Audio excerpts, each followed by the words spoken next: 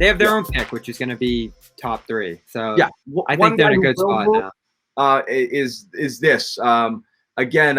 According to Shams Barnes, he's talking to a GM, anonymous GM. No way he's there after the deadline. We talked about whether Sacramento would be interested or not. This again is the guy where I think the price is probably doable for the Celtics, and you have a team willing to move him, and they have the money to make this work, and they might be an ideal fit for this type of player. So as I keep going around, you might have dream scenarios where the players are better with Vucevic and Grant.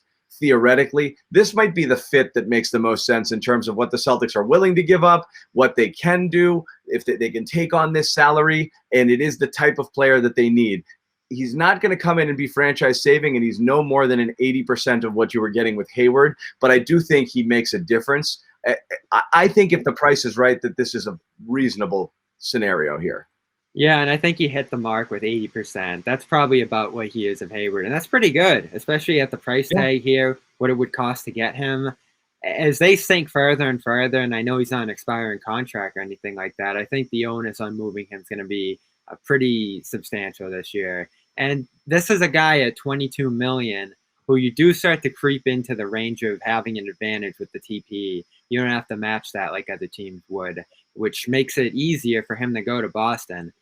And I don't think what you'd have to give up in that scenario would be all that devastating to you. I think, again, you look to the wings, Langford, Neesmith, who, of course, our Kings writer there, Greg threw out as a name.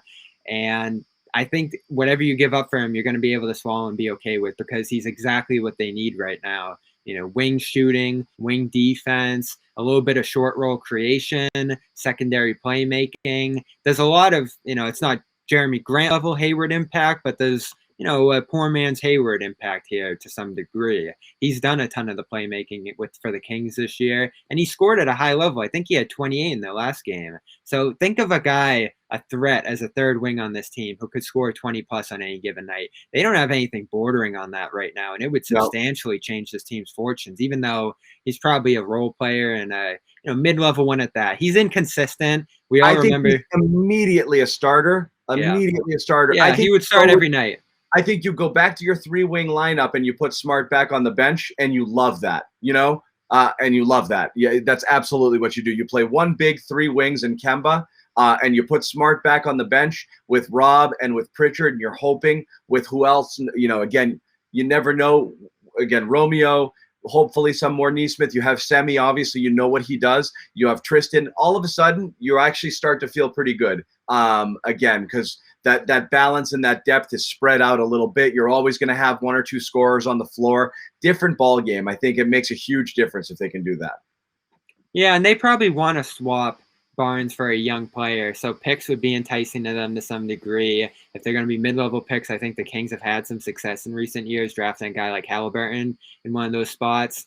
So I just think these are two teams. That's Neesmith and a pick, plus maybe who knows what else. If you can do that, you're in the game. It's just a no-brainer, and there'll be competition for him for sure. But I think the Celtics can get aggressive enough with some of their assets to make this happen. And Bielitsa's name's out there too, so maybe you can make this a little bit of a bigger deal and get 2 players. A bench shooter would substantially help Pritchard and Smart and all those guys you mentioned. So this is probably the one, right? Cost and benefit. That's it. The rest of the wing market was on Anunoby, which isn't going to happen because Toronto's playing better, and I don't think they would have traded him to the Celtics anyway. And then, Nance is also a possibility, who I like as the lowest option of that group, but I actually would like, and I think would cost the least. I actually like that as a bargain basement option, the Nance option, as maybe the cheapest in terms of what you would have to give up to make that work. But yeah, he's a bench player though, and Barnes is a starter.